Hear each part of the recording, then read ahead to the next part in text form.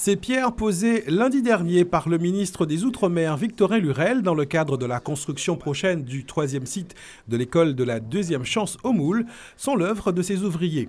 Au nombre de 27, ils sont reconnus travailleurs handicapés de l'ESAT d'Anse-Bertrand, un établissement médico-social, et son partenaire Handi Production Locale.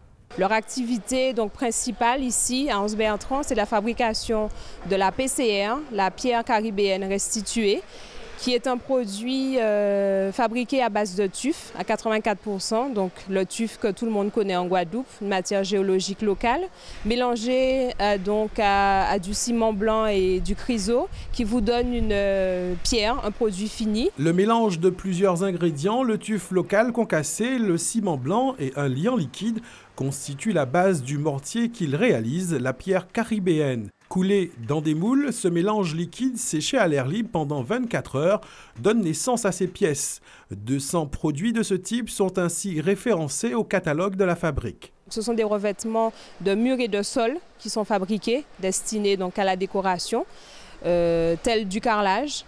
Un produit qui est donc fabriqué, comme je disais, comme du carrelage et qui est aussi posé de la même façon avec du ciment-colle. Malgré leur pathologie, ce sont des travailleurs comme les autres pour qui ces activités sont l'occasion de s'épanouir mais également de s'intégrer dans la société.